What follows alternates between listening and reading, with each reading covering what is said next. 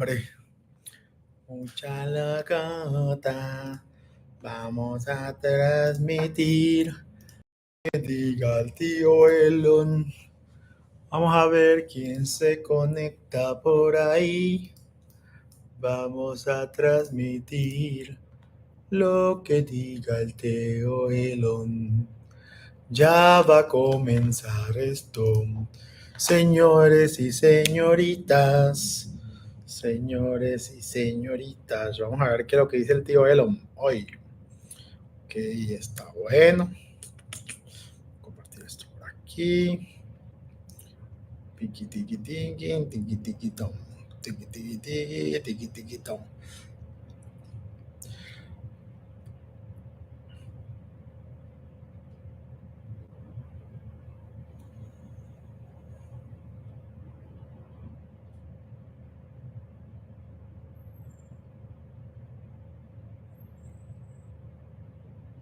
A ver qué dice el tío. ¡Épale! ¡Saludo el mirón! ¡Uy, uy! Perdido, ¿no? Todo el mundo está perdido.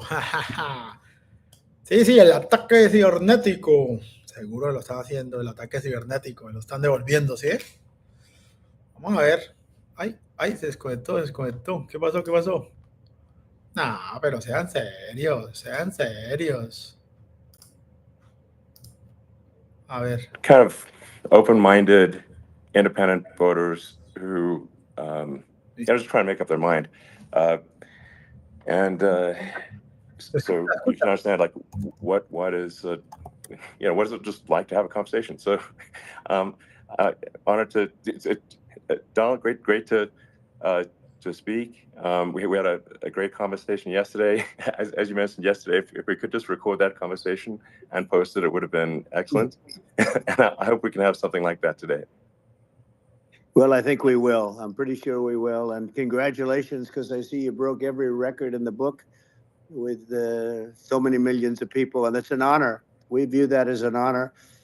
And then you do want silencing of certain voices. Usually those are voices that have something to say that are constructive, oftentimes constructive. And so we have to consider it an honor. But congratulations on breaking every record in the book tonight. That's great. Well, thank you.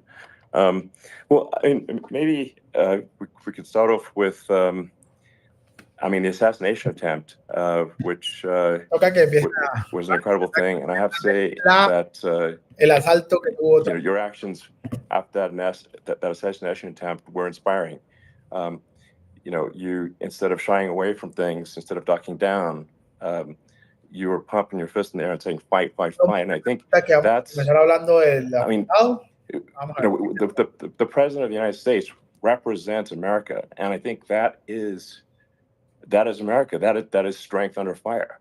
And so that's, a big, part of the reason why I was excited to endorse you as the president of the United States for having another term here is that was just incredibly inspiring. But I mean, what was it like for you? Not pleasant. I have to be honest. I said there was blood. I had more blood. I didn't know I had that much blood. The doctors later told me that the ear is a place that is a very bloody place if you're going to get hit. But in this case, it was probably the best alternative you could even think about, because it went at the right angle. And it was a hard hit. It was very, I guess you would say surreal, but it wasn't surreal. I was telling somebody, you have instances like this, or like a lot less than this, where you feel it's a surreal situation. And I never felt that way. I knew immediately that it was a bullet. I knew immediately that it was at the ear, and because it hit very hard, but hit the ear. And I also heard people shout, "Bullets, bullets!" Get down, because I moved down pretty nicely, pretty quickly, and we had bullets flying right over my head after I went down. So I'm glad I went down. The bigger miracle was that I was looking in the exact direction of the shooter, and so it hit me at an angle that was far less destructive than any other angle. So that was the miracle. That was for those Split people that second. don't believe in God, I think Ese es un we milagro got to all gente start que no cree en Dios. thinking about that. You have to, Estaba mirando you know, justamente I'm a believer now. I'm more of a believer, I think, and a lot of people have said that to me. A lot of great people have said ahora that to cree me, más en Dios actually. y que sabe que But it hizo. was amazing that I happened to be turned just at that perfect Yeah. angle, and all because I put down a chart on immigration that showed that the numbers were so great. I love that chart even I mean, more maybe now it's a than I sign. ever. Maybe Yeah. that's a sign, you know. It's an immigration sign. You highlighted a serious issue, Y ahora lo vamos a and Yeah, at that moment, Ojalá que le dé papel. that's right. the bullet missed your, you know, hit your ear, but you know, missed your head. I mean, your Well, you know, the amazing thing is that the sign, I said, bring down that sign on immigration. And it was literally about an eighth of a second where it would be good. And after that, it was going to be a disaster, no matter which way you were facing. But it just had that perfect angle, which was exactly at this shooter. Very sad situation. Such a sad situation. As you know, we lost somebody that was great, Corey, who a firefighter, a great gentleman, a great trumper. He was just a fantastic family and a fantastic man. And a friend of mine came up, Elon, and said, "I'd like to give the family some kind of help." And I said, "That's great." He said, "Do you mind?" I said, "I don't mind at all." And he wrote out a check for $1 million, gave it to the wife. And, you know, she said, "This is really nice, but I'd rather have my husband back," which is a nice thing for somebody to say, to be honest. She's great. The family is great. And we raised a lot of money for them and for two other gentlemen who are unbelievable people also. They were hit really badly. They thought they were not going to make it, and they did. The doctors in the Butler area, I tell you, they were incredible. They saved the two, and they were really hit tough, both of them equally. And we thought, my first question was, because I heard bullets flying over me, and I said, how many people were killed? Because we had a massive crowd there, a tremendous, thousands and thousands of people, and there was no land. I mean, it was all people. So I said, how many people have been killed? Because I knew there were other shots being fired. And they said, we don't know yet, but some people have been badly hurt. And I have to give the Secret Service sniper, they call him, or sharpshooter, but sniper, because he didn't know there was a problem. He's an extraordinary shot, obviously, and he didn't know there was a problem. And he was able to pick it all out within 5 seconds. And he used one bullet from very far away, I guess probably about 400 yards. The shooter was 130, but he was on the opposite side of the field and the podium. And he saw the smoke and the flame from the gun, immediately recognized it, and immediately took a shot. And it was one perfect shot from very far away. And if he didn't do that, Elon, he would have.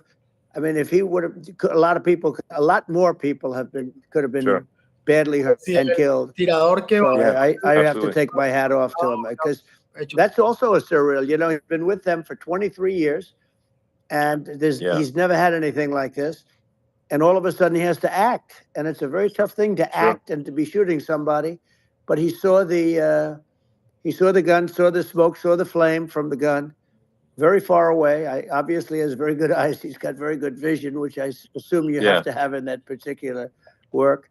But he took aim very quickly, and they say it was approximately 5 seconds from long range, one bullet.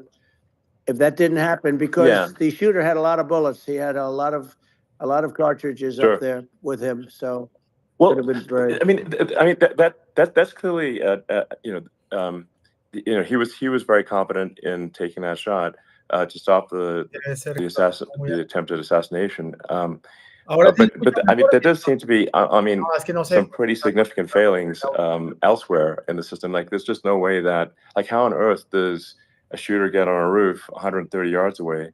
That seems crazy. I think most people people are wondering how on earth could such a thing happen? Well, you know, I view it as two ways. There should have been nobody on the roof.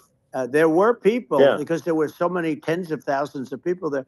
There were people that were seeing him, and there was one woman with a red shirt and Trump all over it, and she's screaming, "That guy's got a gun!" You know, you saw it probably.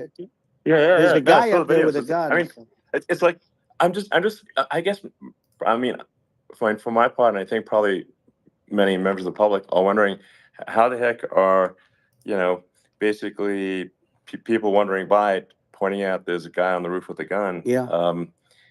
And they're seeing it, but somehow it's not being addressed.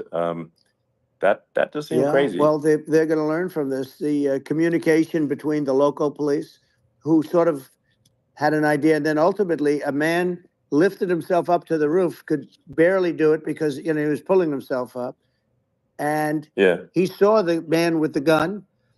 The man with the gun pointed the gun at him. He thought he was probably going to get shot, but he was like pulling himself up, and because of that, he couldn't get to his gun. And he fell down, actually very badly hurt his leg, his ankle. I hear very badly, but he fell down. And he did, from what I understand, he did say there's a guy up there with a gun. And the shooting started very quickly after that. I think it forced the shooter to go maybe quicker. He was supposed to be a very good shot. Yeah. My sons, Don and Eric, they can't believe what happened, but they said from 130 yards, a bad shot would hit that target almost every time. They said it's like in golf, sinking a 2-foot putt. Yeah, it's not a tough shot. It's not a long shot. The Secret Service person had the long shot. He had a triple the distance actually. So it was a terrible thing. It's hard. I have to say this about the Secret Service. When I went down, and I went down based on, I think they're screaming, but other people also, because people saw this happen. You had so many people. One of the miracles was that nobody ran. I mean, if a gun goes off, the crowd control people showed us this. When guns go off, and it does happen in stadiums at a soccer match or some kind of a match, everybody flees. They call it a stampede, like